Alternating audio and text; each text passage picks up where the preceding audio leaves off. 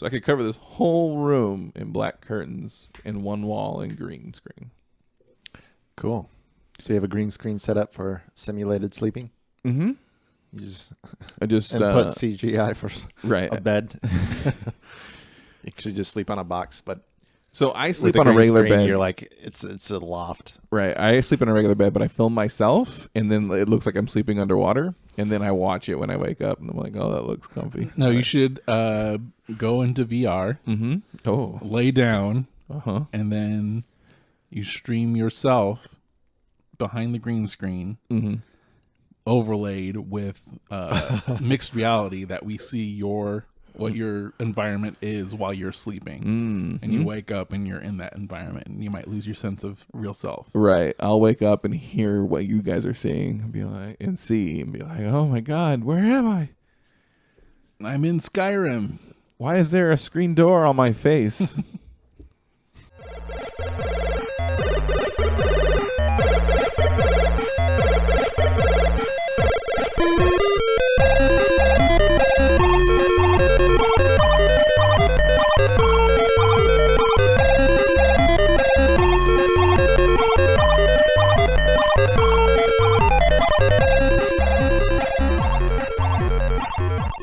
Welcome to Game Rushmore. My name is Aaron, and with me, It's Josh. Brandon. And no Mike today. No Mike today. Here to bring in the new year. This is our first episode in 2018. That's not right, is it? Yeah. Oh, shoot. Yeah, it is. Well, the last one we recorded was like the last day of 2017. Starting off on the right foot, missing a person.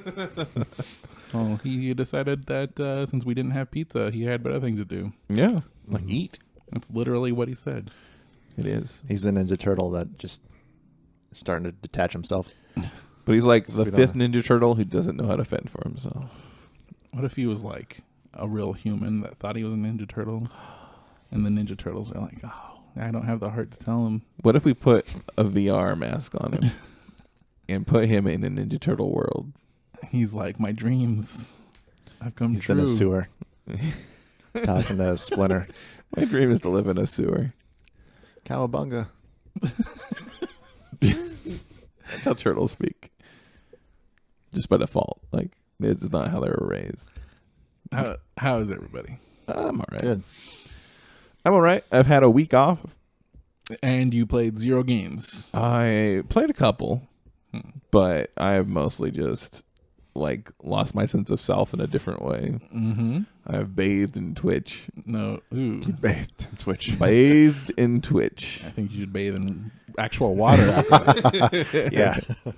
I have 3 monitors. There were times when all 3 monitors were on different Twitch streams. Ooh, no. Yes. Why? I was studying it.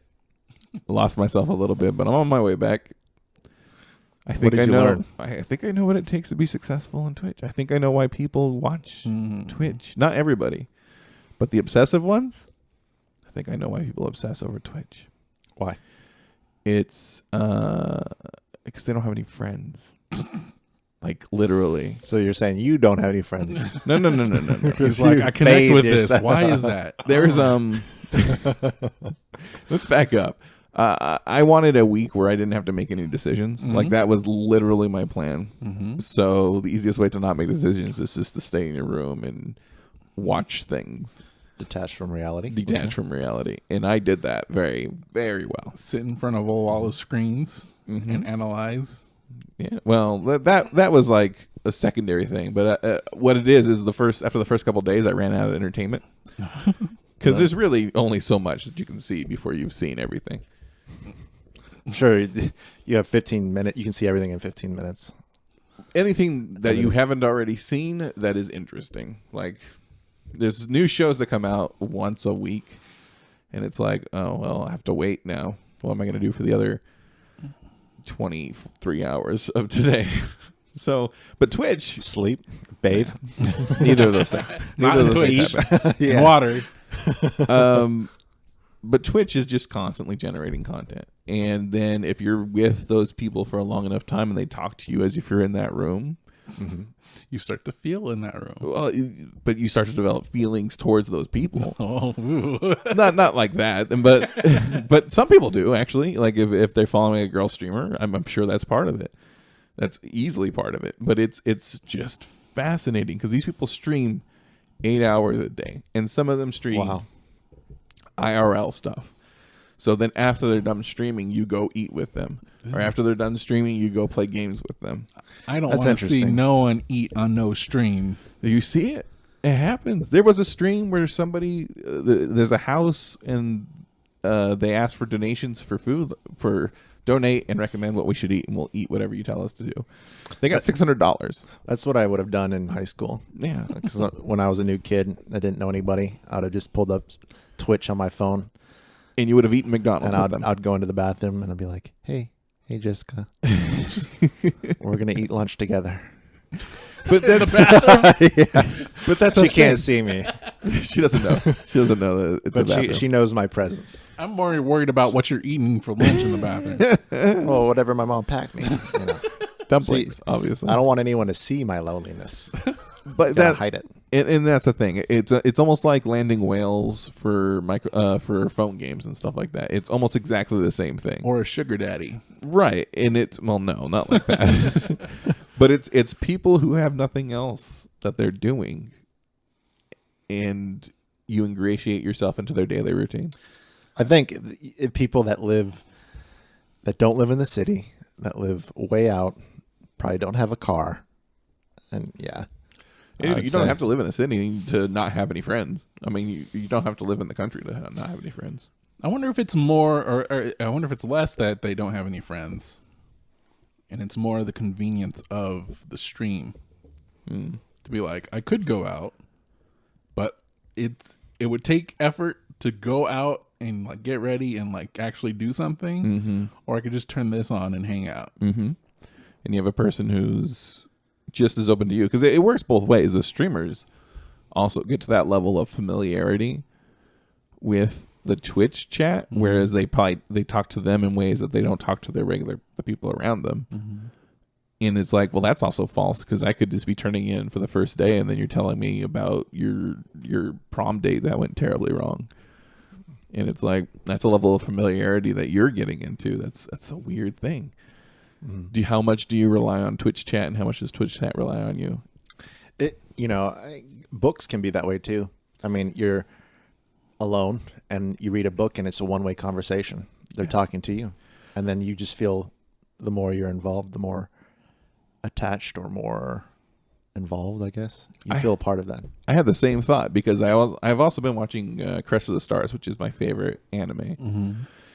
And it's an anime with a backdrop of war, galactic war and stuff, but it's really just about two people. And it's the same sort of thing. I was thinking that the loss that you feel when the perspective is one person looking for that other person, that heartache that gets engendered, that empathy that you put out there, is the same heartache that you would have if you were looking for somebody. But when they find each other, you're kind of melancholy, because it's like, oh, they found each other. Now I have nothing to look forward to. I have nothing to look forward to. Also, I'm still feeling that same sense of loss because I haven't found anything. Oh. It's like, oh no, because you're never going to get anything out of that other than a thought process, an enlightenment or something like that. If you're processing this in your own thoughts, you're getting something out of it, but it's not the same sort of thing that if you are watching empathically, you're not getting that connection. And it's like, I don't know. Is that entertainment? Is that all it is? Well, yeah. Like anybody that's listening to this that we don't know personally, is that the connection? Is that the point of the podcast? Not these podcasts. Not these podcasts. Not the these podcasts. These not podcasts. the these podcasts. But podcasts in general. Is that what it is? I mean, it's entertainment. It's something to occupy your mind. Escapism. It's engaging. You relate if you like it. There's something that you'll think like, oh, I think the same way. Yeah. I like getting new ideas from things, whether it's whatever I'm consuming. I may get a new idea. I never thought of that before. But so yeah, that deep deconstruction of entertainment is what I've been soaking myself in all week. Fun. Kind of is sometimes. Coming back out of it. Coming out of the cave. Yeah. It's probably a good idea. Twitch withdrawal. We're going to have a bunch of people over today. Aaron's here and some other people. We're going to play some games. So if a tweaker is someone who, does drugs, what's a twitcher? If you do Twitcher? Twitch, Somebody you're a does twitcher? Twitch too much. Yeah, you're a twitcher. They get the shakes when they've been off away from somebody's stream for too long. It's like, I wonder what that person's doing right now. They're called creeps. Yeah, voyeurs. Voyeurs, yeah. It's solicited voyeurism. Yeah. Guys, how can we make money on this? It's like and then we'll move on. But it's like the jilted housewife that's alone but knows that there's kids across the street, so she maybe unbuttons the top of her blouse and then opens up the curtains. She's soliciting voyeurism. She's like, I know I'm getting the attention right now and it's doing something for me, but I'm going to pretend no one's watching. This is also known as Brandon's childhood. Why'd you say his name like that? Because it's not me. I almost said Brian. It's another guy. I almost said Brian's childhood, and I was like, nobody I know his name Brian. Brandon. His name is Brandon. Brian's childhood. I didn't have a childhood. No, he grew up too quickly. Hello, Mrs. Robinson. Yeah. It was just I was explaining solicited voyeurism. It's a term I just made up. Solicitation. Brandon, Yes, sir. have you played any games I have Xenoblade Chronicles 2. still? Yeah. How far are you? Chapter 5. I just hit chapter 5. I don't know what that means, but I'm about almost 50 hours. That's a lot. Yeah. I may be close to halfway. I don't know. I purchased Thimbleweed Oh, Thimbleweed Park. And I like it, but I hate the controls. Oh, so it's like the old school like Maniac Mansion, Like in a literal sense. Yeah, it's made by the same developer. Mm-hmm. So are you feeling the fact that they... Oh, go on. Are you feeling the fact that they haven't involved those controls really in this game? Yeah. I mean, it's annoying that the default isn't to talk or to open or to look. The default is walk. So if I have the cursor, so it's you select verbs, and you after selecting a verb, you put the cursor over something on the screen, and then you could say open, and then whatever that object is, or talk to, pick up. Well, a lot of time you're spent just looking at things, or maybe whenever you go to a door, you open it, but the default is walk. So of course I don't want to walk to the painting. I want to look at the painting. So I have to go down to look, and then I have to select the painting. Or if I want to open a door, I can't just click on the door. I have to click on open and then click on the door. And that's and there's shortcuts to cycle through the verbs. Okay. And of course you can use your finger it has touch screen What capabilities. are you playing this on? I'm playing it on the Switch. Okay. And but I play it on the TV. I don't really play it handheld. On handheld, you can touch, and it's a little better. But for the most part, it's annoying. But I've been tolerating it. Do you have to use the stick to get down to the verbs? Ooh, yeah, I can see that. Well, I mean, you can hit the bumpers, and it goes down to the verbs, and you can just cycle through the verbs. Even so, you're doing it quickly, but it's a waste of time. When they could have just programmed it. The default should be open a door. If you click over a door, you should open it, because who wants to walk to a door? Yeah. You never walk to a door in this game.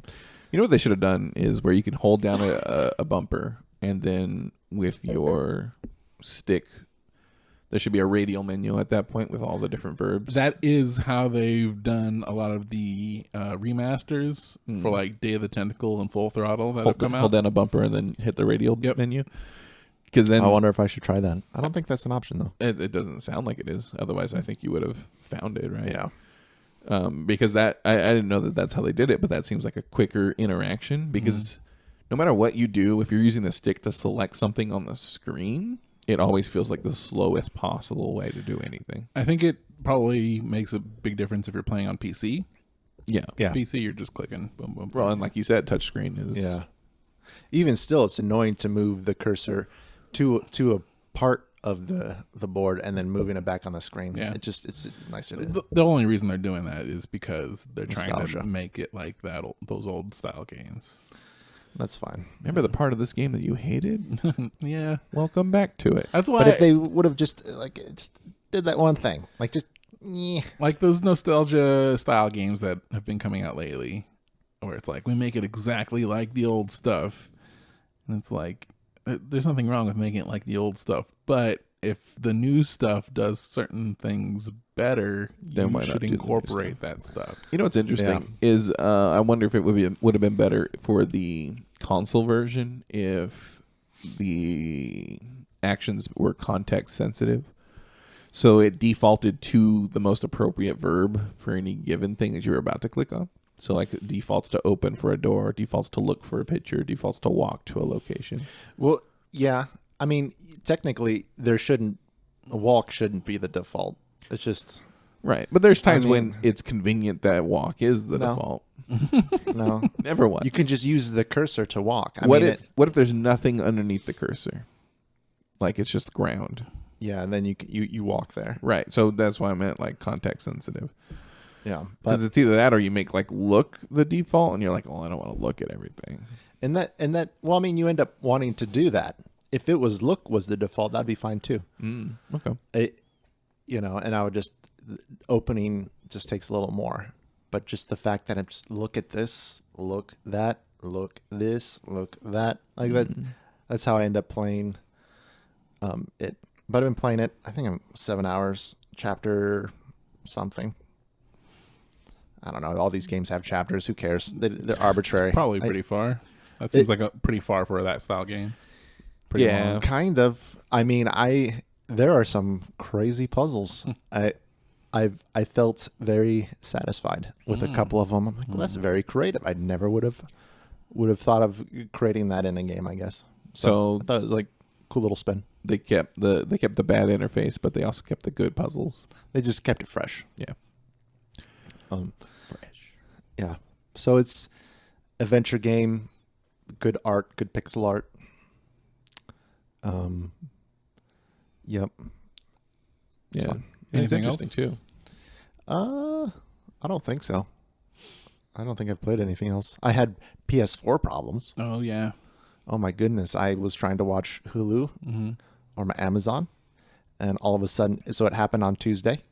I was going to the store and I was looking at previews of movies that had been released, because occasionally I like to rent a movie, and it just kept kicking me offline, but only for a second.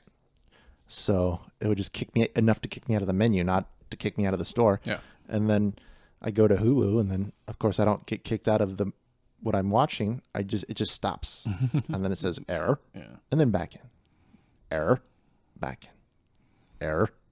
So, oh, you know what? Happened a couple days. I'm thinking about it. The other day I was having that problem with Hulu on my computer. Well, I was having it with the Amazon too. Okay. Because I was trying to watch something, and it would just start playing, and then it would just like stop playing. Or no. That was Crunchyroll. Never mind. I don't know. I also had that problem with menus in PS4. Like the menu wouldn't load. Like my options where you go to the little TV thing and you go down. Oh yeah. Those would not load. Yeah, that's annoying. Yeah, and I was just like, just load. How long do I have to wait? Down. I got really impatient. Mm-hmm.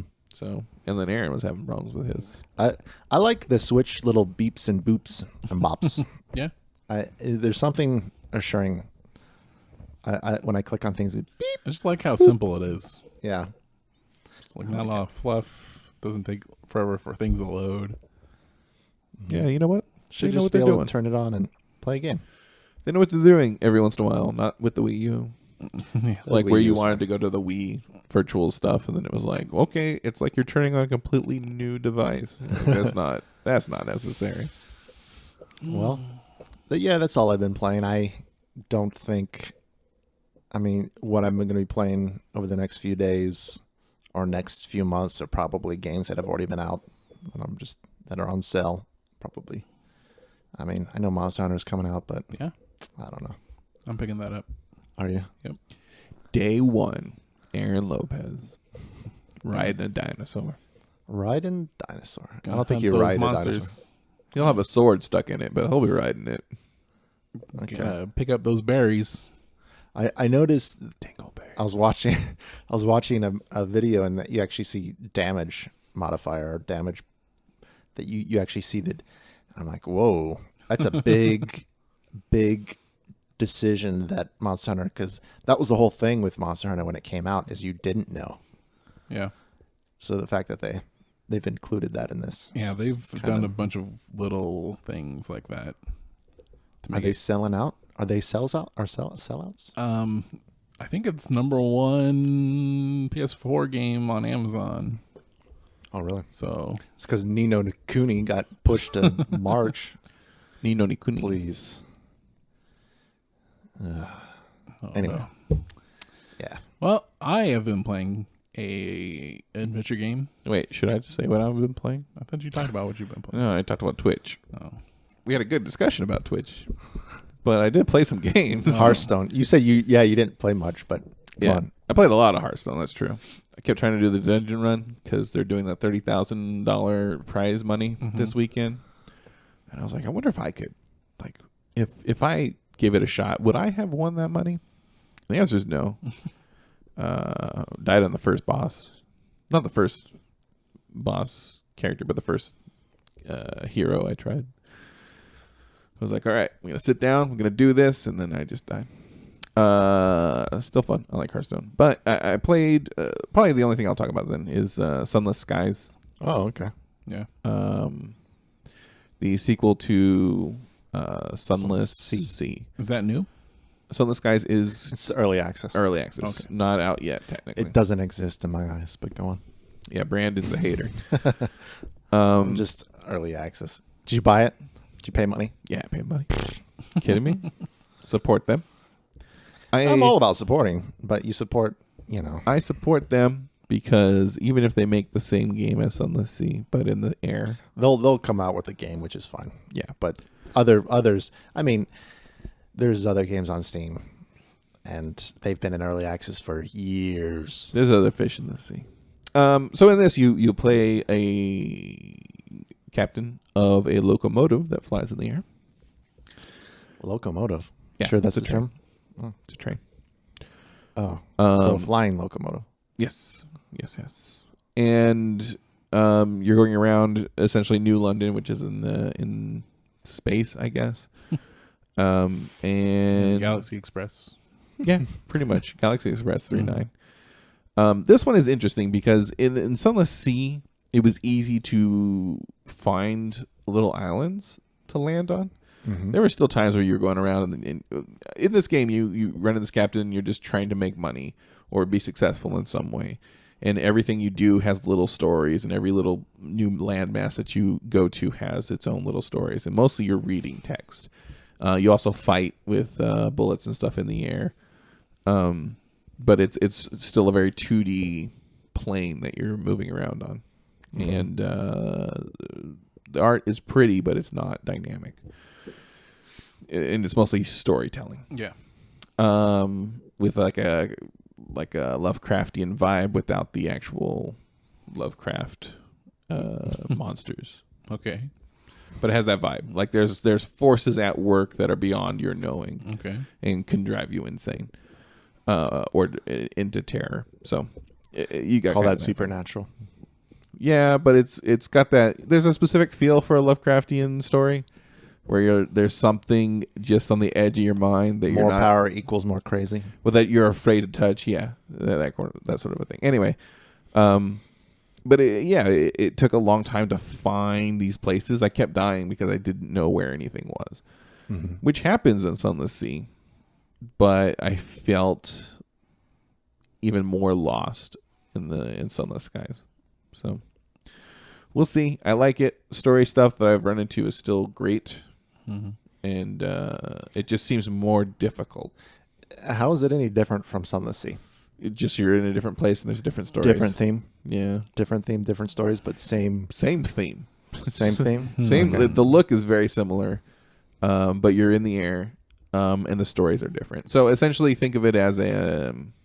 Looks like an expansion, in my opinion. It almost feels like an expansion. but in the way that would work for Sunless Sea, because really what you want is more stories. Mm-hmm. And this is like giving you a pack of new stories. So that's what I'm looking for. I'm not looking for I mean, it'd be cool if they changed up the fighting and it was dynamic, but you don't fight a whole lot. And if you do, you're probably going to die and not get anywhere. So anyway, that's really all I played. Cool. I have been playing the third game in the Danganronpa series. That came out last fall. Last September, I think. Danganronpa V3. Mm-hmm. And these games are very good.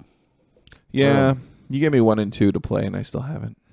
Just seems so weird. They are weird, but they're fun and these interesting. Are, I was going to say Murder Party, as if that's a genre. Murder Party game. No, it's they're visual novels. You'll be in a room. Usually it's a school kind of theme, and there's points of interest you can look at. It's very stylized anime art, and the general premise of these games, each game, is a group of students are all the best at something. They're called ultimate things. Ultimate, like in the first game, ultimate, let's see, I'm trying to think of examples. Ultimate baseball player. Ultimate swimming, I forget what the term is. Genius. Swim team, whatever. But they're all bunched together, and they don't know why they're there. They have no escape, and a little bear that's half white and half black, named Monokuma, is very lovable and sarcastic, and he tells them that they have to kill each other. So he's like me. Yeah, it's like Japanese Saw. That's what. Yeah, it kind of is. It's it has a lot of juxtaposition of absurd comedy and like really bleak, like death and just kind of dark themes. Oh, absurd comedy and bleak death are my aesthetics. Well, like Monokuma, the character of Monokuma in all three of these games is just like, he's genuinely like funny. And it's like, I love this character, but he's responsible for all the bad stuff that's going on. It's your fault that you're killing all these people. And so it's hard. It's interesting. The stories are very weird. The mysteries are very obtuse, but in a good way. Can you fail at this game? So what the structure is, well, here's how the general game works, is that they have the class. Monokuma says, if one of you kills another student, then the students will have a chance to investigate, and then they will conduct a class trial, and then the class must name a culprit, and if the class is wrong, the murderer gets to leave, gets to escape, and the rest of the class is killed. Oh wow! If the class is right, the murderer is revealed, and they are executed. And so that's the structure of the game. So it's a mafia game. Kind of. It's a lot like the Ace Attorney games, as far as like collecting evidence and then presenting it to contradict certain people's, what they say. Testimony. Yeah, and during the class trials, there's a lot of mini games that are based upon revealing clues. But you're doing things like in V3, you're doing things like driving a car or doing like this block breaking mini game that reveals an item that you can click on to present as evidence and things like that.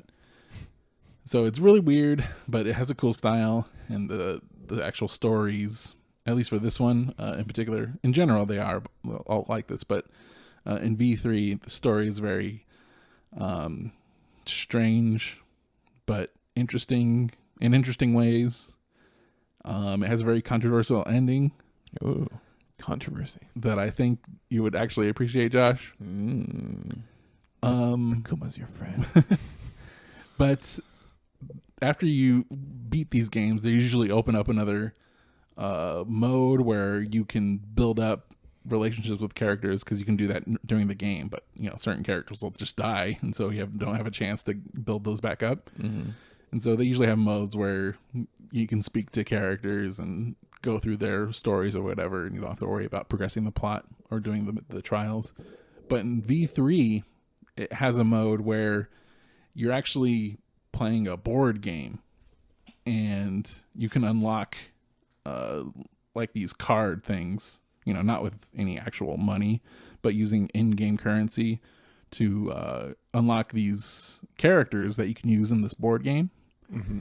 And going through the board game builds up stats. They have levels, and you can earn abilities. And in the board game, after every, usually a turn around the board is like one school year, essentially. And at the end of the school year, you'll face a test, and it's an RPG battle, like Dragon Quest style. And you either pass or fail. It just depends on, if you pass, you'll get more levels after each test. And after 3 years, you'll have a character that has these abilities and these levels, and they don't progress any further from that. You can take those characters and then put them into this dungeon crawl mode. And so you level up a party of up to 4, and take those characters, and they're all characters from all the past games that you can earn.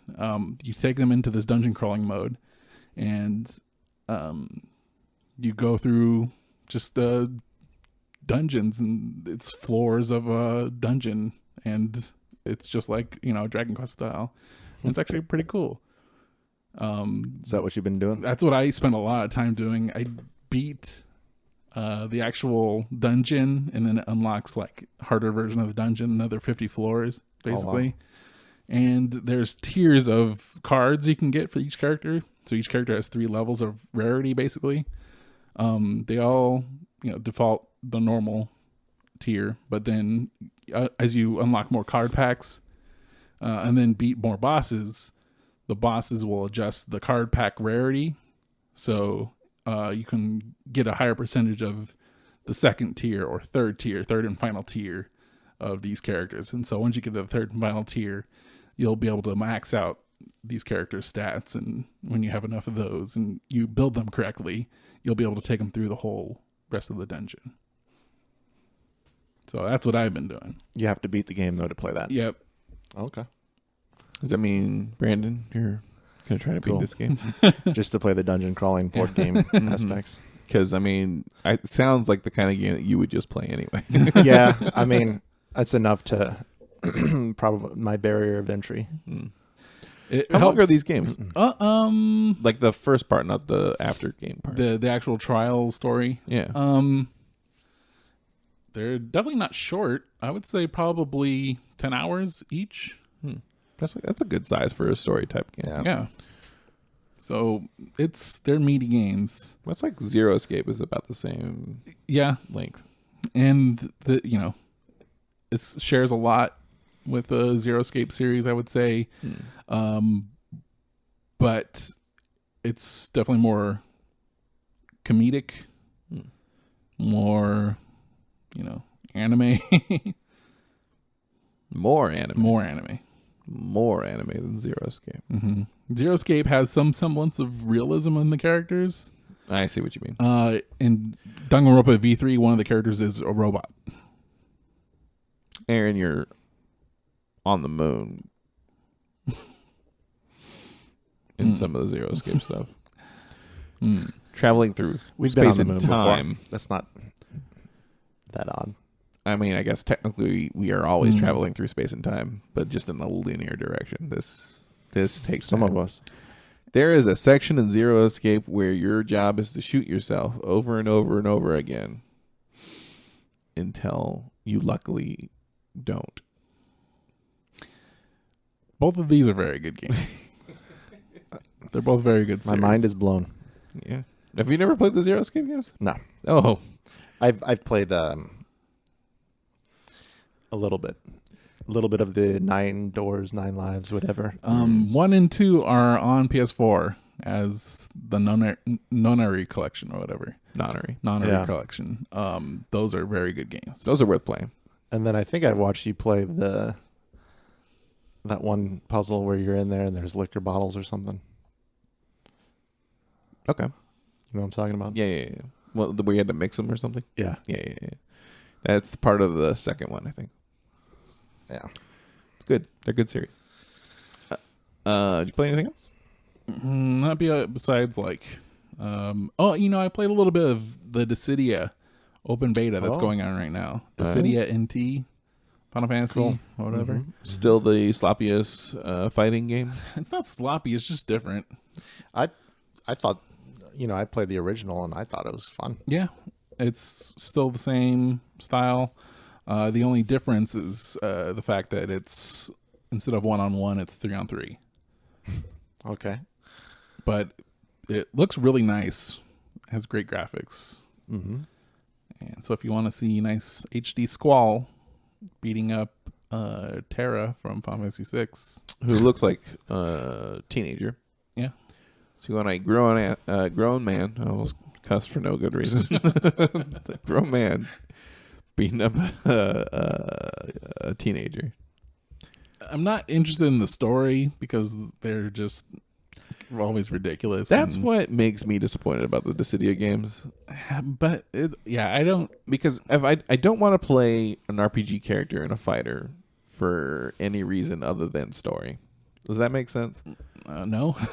Well, because I want there to be an underlying story. I want there to be a reason why we're there. King of Fighters, for example, I like the stories in those games. Yeah. And or even the Persona games have a story. Yeah. Where something's happening. And I like that. And when we say, okay, here's a weak story, but look at all these cool characters that get to punch each other. I'm less involved. It's like even a Marvel fighting game where they're just fighting each other for no good reason. It's like shallow. Yeah. It's shallow. Not me. I'm very refined. Yep. I just like the novelty, I guess, of playing my favorite Final Fantasy characters. Yeah. Well, totally. Yeah.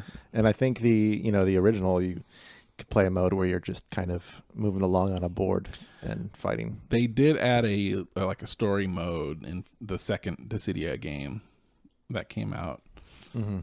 That you have an overworld and stuff, but I don't think it's like that in this game. Oh. You could actually unlock the entire first game in the second Dissidia. That's what I had. That's weird. Mike is not here, but by his proxy, I have some announcements. I already know what he's been playing, so you don't need to tell us. The audience doesn't. Oh. But does the audience care? Yes. Oh. Battlefront 5. Michael Clement, have beaten Near Automata. And am now depressed. Second bit of news. I, Michael Clement, have been unable to play the Dragon Ball Z beta because it just keeps crashing. What is he trying to play it on the PS4? Did he pre-order it? I, Michael Clement, don't have this information. Oh.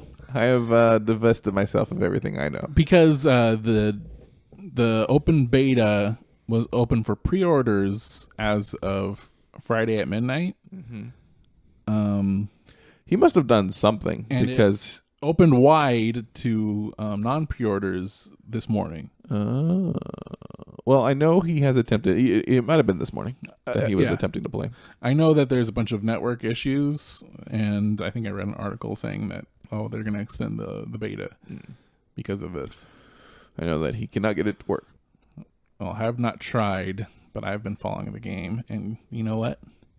This game looks cool. It does look cool.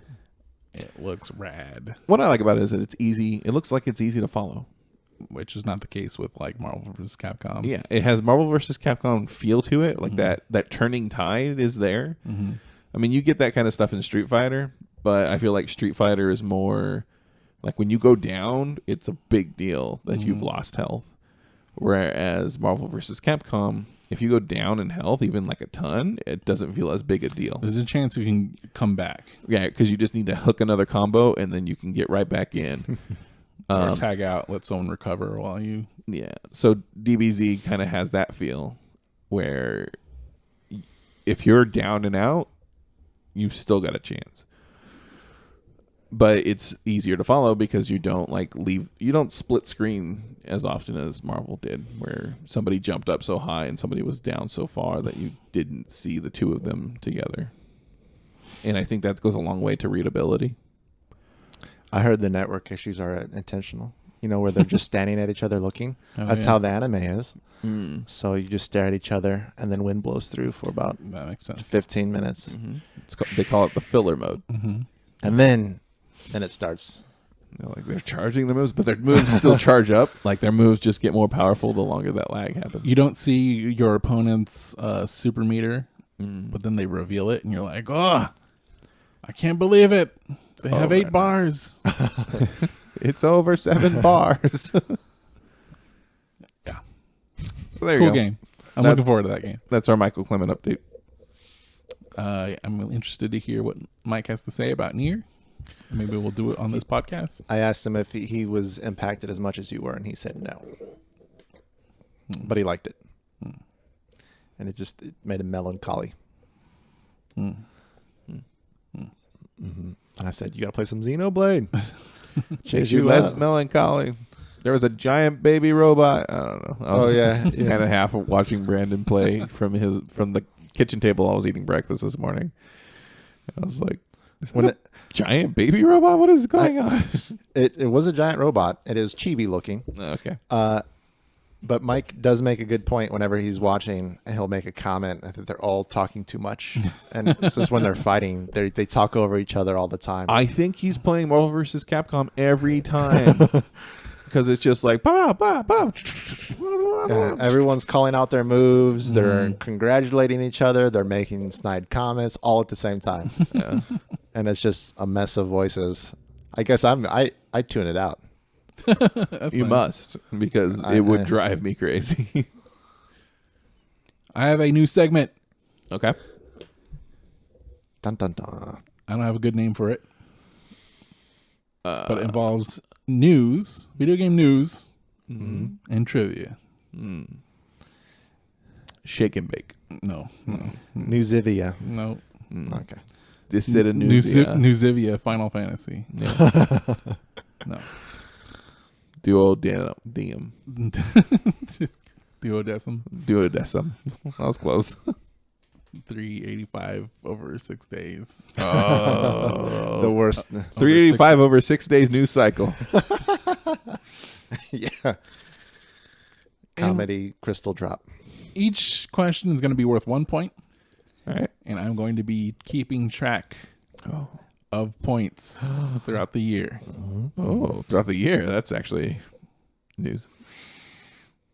So if you'd like, we can get started with the first question. Let's go for it. The first person to answer is going to be the one who gets the points. Okay. Do we need to raise our hands? Ding, No, ding, ding. No, just say it. Just say the word. Just say it. Which critically acclaimed third-party franchise the Nintendo announced is coming to the first time to its hardware? Dark Souls. From Software. Franchise. It's Dark Souls. From Software is the company that makes that game. I know, but you said Dark Souls, so I was hoping. Points for Gryffindor. All right. I'm Gryffindor. That's cool. That was announced on the Nintendo Direct. Did you see that? Any of that, Brandon? I did. I watched it's called Direct Mini. Yeah, the Nintendo Direct Mini. Do you think I'm Ravenclaw or Slytherin? Well, guess what? Dork. I didn't know what I was, and I took a test, and it said I was Hufflepuff. I'm Jigglypuff. All right. Next question. Hyperkin's Xbox One controller, modeled after the original Xbox Giant Duke controller, will be released at the end of March for $70 and come with what new feature? Ooh. Turbo button. No. New feature. It will have so new to the consoles. I don't think I've seen a controller with this feature before. One more time. Hyperkin's Xbox One controller, modeled after the original Xbox Giant Duke controller. You know, that original Xbox controller before they slimmed it down? Mm-hmm. They're making one of those for Xbox One. Mm-hmm. But it's going to have a new feature. It's $70, and it's going to include this feature. Wireless. No. Brand new feature. In fact, I think it's a wired controller. Oh, wow. Built-in headset. No. Tamagotchi pet. No. Will it have a... I can just think of things that come with controllers already. Brand new There's something feature. built into the controller. I mean, I figured that. And they Yeah. got a lot of space. It serves a function. Clock. No. Well, what is the Xbox? What are those the characters on the Xbox called? The characters, avatars? Avatars. Is it an avatar function? No. Oh, Do you want this function? It's a dumb function that serves no purpose other than to. is it typing for typing? Nope. So there's no function other than to? Other than to be like, wow, isn't this neat? Isn't this neat that I can do this? Glows in the dark. Nope. Oh, is it? Does it have a connect feature? No. Oh, Can it change colors? No. I'll give you points if you just name what is built in. Camera. Nope.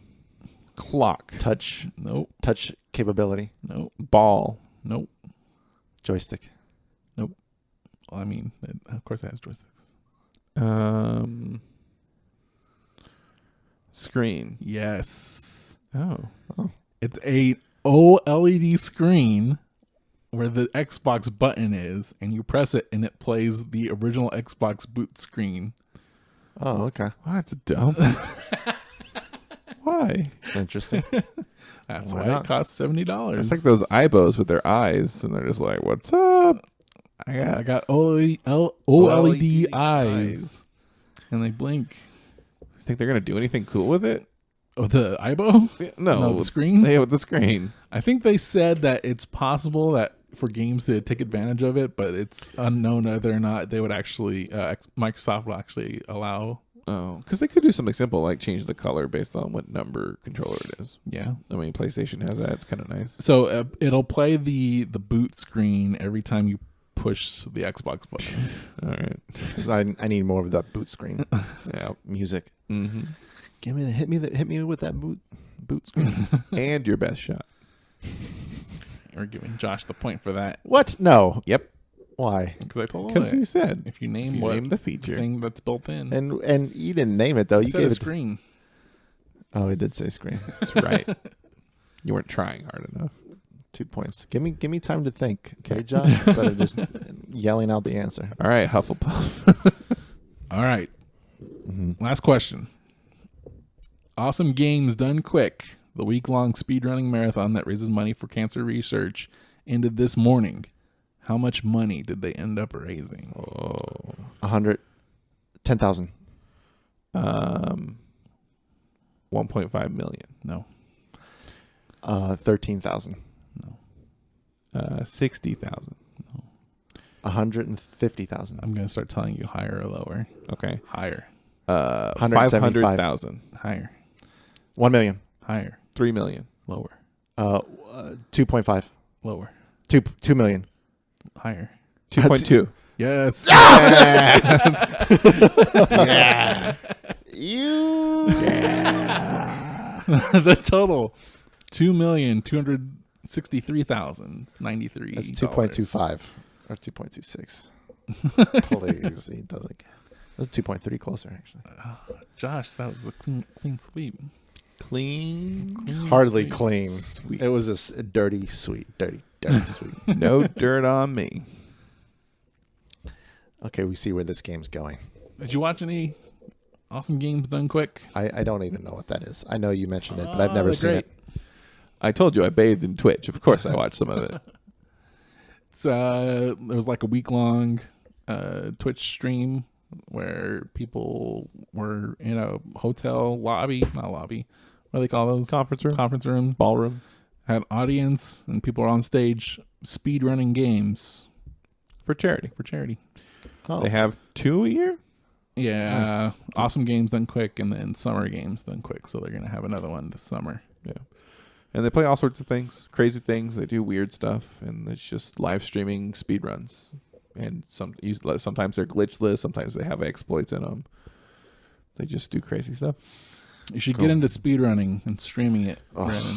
Yeah, you should spend all your days playing a single game over and over. I don't and like over. replaying games.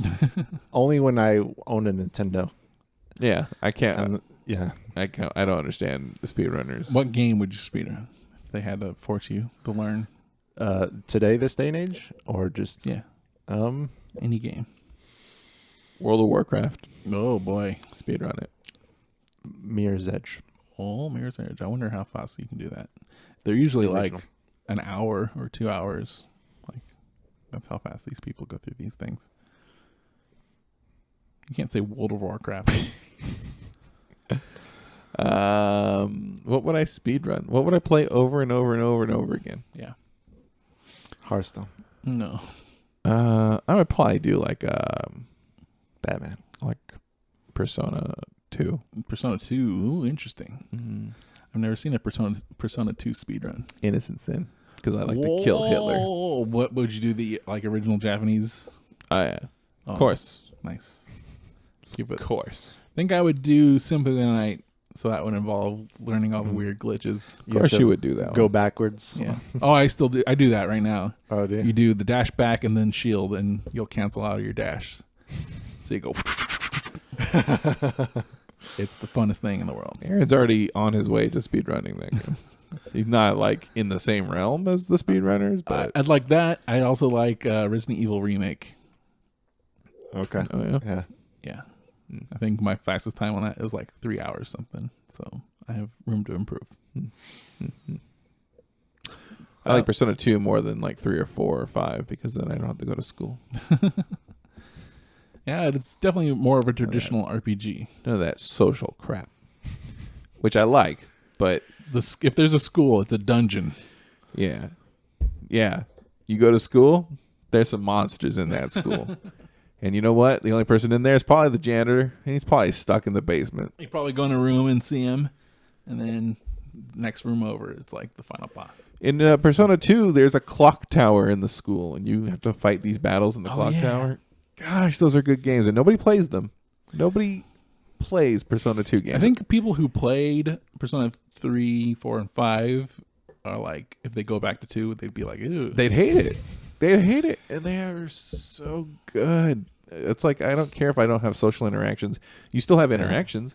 You still have affinities with people, but it's based on how you fight with them. Yeah. And Josh, yeah, you should hook up your Vita TV, play Persona Innocent Sin, and stream it. I should For charity.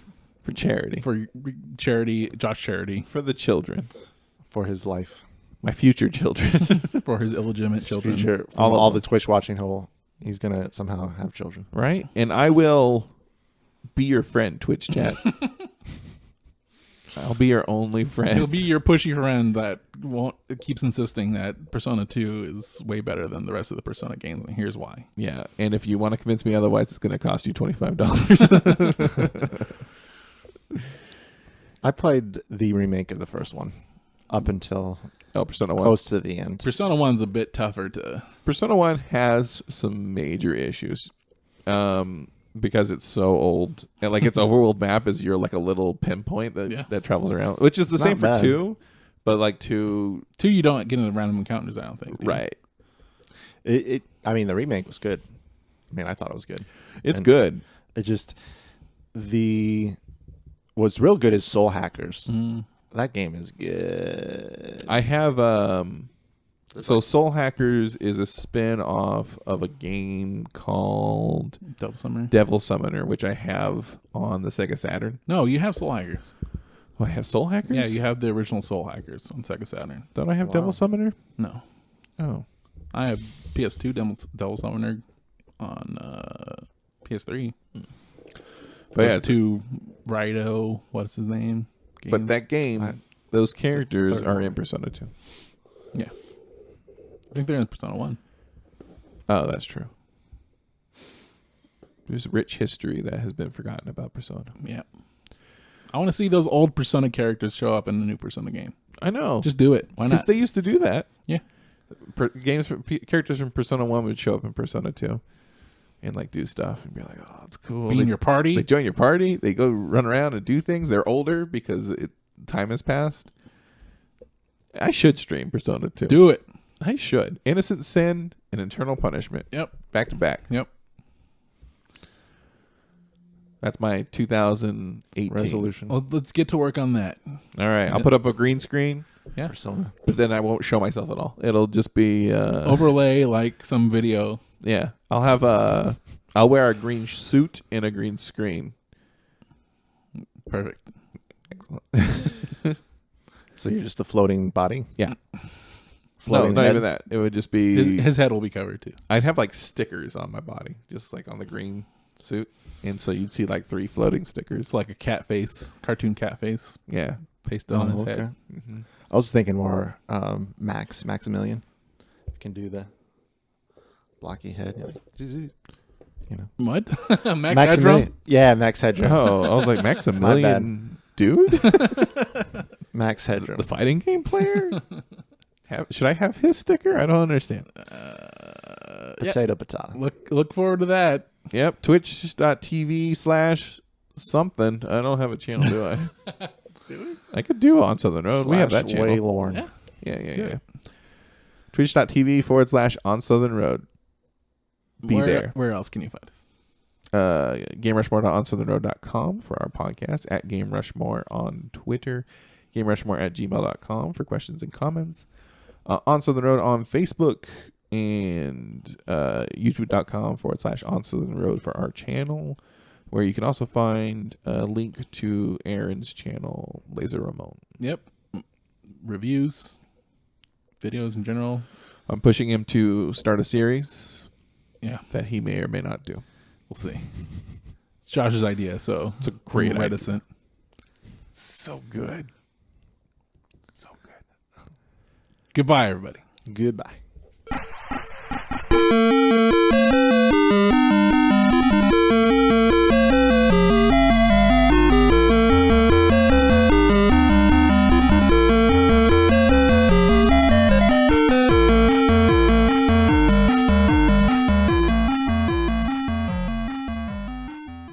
Get on my iPod plugged in and my iPhone and do weird digital things and not enjoy the culture. I'm cultured. You can't say I'm cultured. I'm cultured. Didn't do that Culture. ever once when I traveled to you different countries.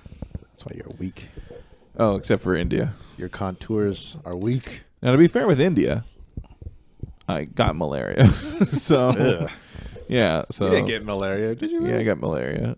They called the doctor to my hotel room. I thought you got shots and all that stuff. I missed a day with my pills. You have to take a pill every day for malaria. They're huge. They're like gigantic. You have to take a pill every day. You also can't drink the water unless it's a bottled water.